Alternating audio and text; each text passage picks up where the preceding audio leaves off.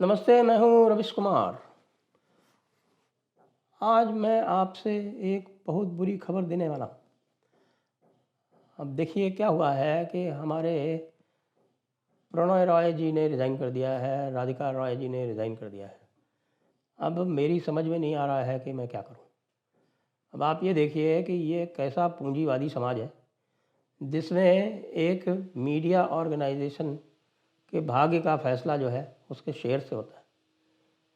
अब आप ये सोचिए कि हमारी साम्यवादी सरकार होती, यहाँ पर भी इस प्रकार से होता और सारा का सारा पूरा का पूरा राष्ट्रीयकृत मीडिया होता जैसा कि होना चाहिए, तो कभी ऐसी नौबत आती कि मुझे भी ये सोचना पड़ता कि यह पौधा जिसको मैंने अपने खून पसीने से सींचकर और इतना इसको बड़ा पेड़ बनाया है, जो कि ये बरगद का पेड़ बन गया था।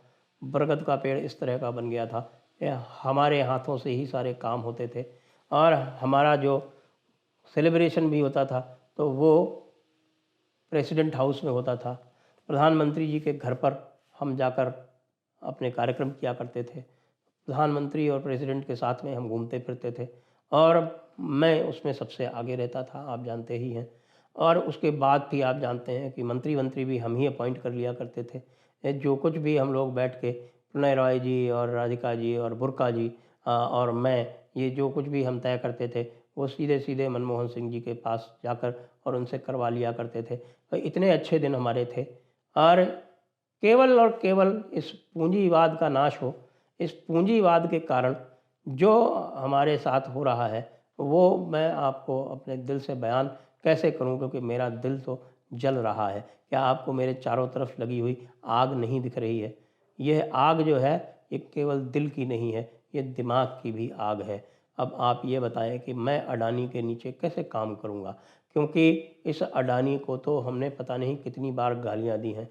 अडानी जी की तरफ से मेरे पास समाचार आया है कि आप जो है हमारे साथ काम करते रहिए, लेकिन यद्यपि मेरा जो विवेक है और मेरा जो ज़मीर है वो ये कहता है कि ये बिकाऊ है, लेकिन इतना भी बिकाऊ नहीं है कि जिसको मैं लगातार गाली देता रहा हूँ उसके साथ में उसके नीचे मैं उसका काम करूँ और पूंजीवाद की दुहाई देना शुरू कर दूँ।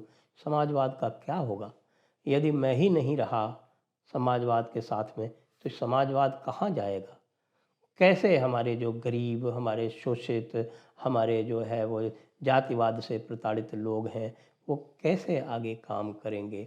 उनका क्या होगा? हम कैसे किसी को पूछ पाएंगे कि कौन जात बा, कौन जात है तुम्हारी? तुम्हारे साथ जो है वो ब्राह्मण कैसे तुम्हारे साथ अत्याचार करते हैं? ये अलग बात है कि हमारे जो बड़के भैया हैं ब्रजेश जी, उनके अत्याचारों के बारे में ही यहाँ बात नहीं होती है। अडानी जी का मैसेज आ जाएगा कि उनके बारे में भी बात करो, तो हमें उनके बारे में भी बात करनी पड़ेगी। अडानी जी का मैसेज आ जाएगा कि मोदी जी की तारीफ़ करो, तो क्या हम मोदी जी की तारीफ़ कर देंगे? अब आप बताइए, क्या हम अपना विवेक जो है क्या हम अपनी चेतना को बिल्कुल गरीबी पर रख देंगे? कैसे हम मोदी जी की तारीफ़ करेंगे? हमारी ज़ुबान नहीं जल के कट जाएगी? ये जो आग लग रही है ये वही है हमारे चारों तरफ जो आप देख रहे हैं। अब इस आग का हम क्या करें? ये कौन सी आग है, हम कैसे बताएं? ये हमारे दिल की आग है या दिमाग की आग है, इससे अधिक संबंध नहीं है। यह आग जो है ये हमारे मन मस्तिष्क को जला दे रही है। हे भगवान, हमारा कुछ करो। हे भगवान, आज मैं भगवान का नाम ले रहा हूँ, क्योंकि यद्यपि मैं मानता हूँ कि किसी भी समाजवादी को भगवान का नाम नहीं लेना चाहिए, और यदि भगवान का नाम लेना भी है तो अल्लाह का ही नाम लेना चाहिए, ज़्यादा से ज़्यादा जीसस का नाम ले लेना चाहिए। लेकिन अब तो अडानी जी आ रहे हैं, हो सकता है हमको भगवान का नाम लेना पड़े, हो सकता है कि हमको गणेश जी की मूर्ति भी रखनी पड़े। हे भगवान, हे भगवान, हे भगवान। आफताब अमीन पूनावाला का कोई एक चेहरा नहीं हो सकता। बहुत सारे आफताब अमीन पूनावाला बाप, भाई, दोस्त, प्रेमी, पति बनकर लड़कियों की हत्या कर रहे हैं। इसे धर्म के एंगल से मत देखिए।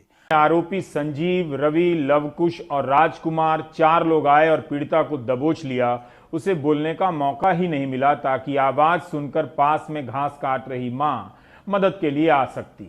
घटना का डिटेल ना तो पढ़ा जा रहा है ना बताया जा रहा है।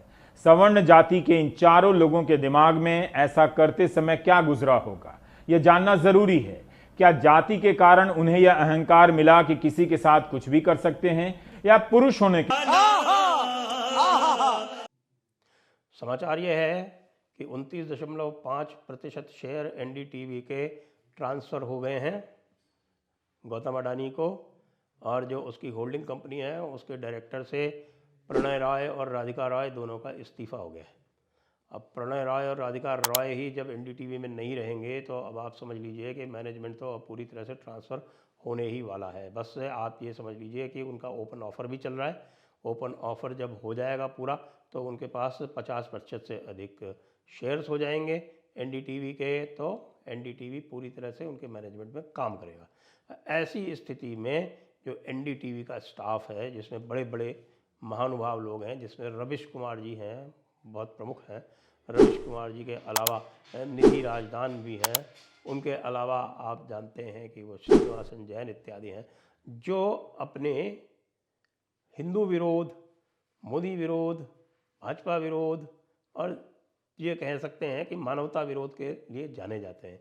कश्मीर फाइल्स के भी ये लोग विरोधी हैं। तो इनका क्या होगा, आइए सुनते हैं सीधे सीधे रविश कुमार के मुंह से।